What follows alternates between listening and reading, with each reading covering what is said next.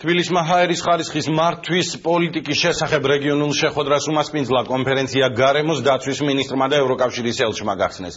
ჰაერის ხარისხის მართვის პროექტის მიზანია დაეხმაროს პარტნიორ ქვეყნებს ჰაერის ხარისხის გაუმჯობესებაში, ევროპული პოლიტიკისა და კანონმდებლობის ჰარმონიზაციაში. შეხვედრაზე მონაწილეებმა განიხილეს ჰაერის ხარისხის მართვის კუთხით ევროკავშირის პოლიტიკა და ჰაერის ტრანსსასაზღვრო დაბინძურების კონვენციის სიახლეები. პროგრამა აღმოსავლეთ ევროპის 7 ქვეყანაში საქართველოს, სომხეთი, აზერბაიჯანი, მოლდოვა, ბელორუსი, უკრაინა, რუსეთში ერთდროულად მიმდინარეობს. მოხარულია რომ ჰაერიც გახდა თემა, რომელიც დაიძრა, როგორც იქნა არსებითაც და ევროპული კანონმდებლობის შესაბამისად. დარწმუნებულია, ეს პროექტი იქნება წარმატებული და მოიტანს ზუსტად ხელ შესახებ რეზულტატებს, რომლისთვისაც დაიწყო საერთოდ.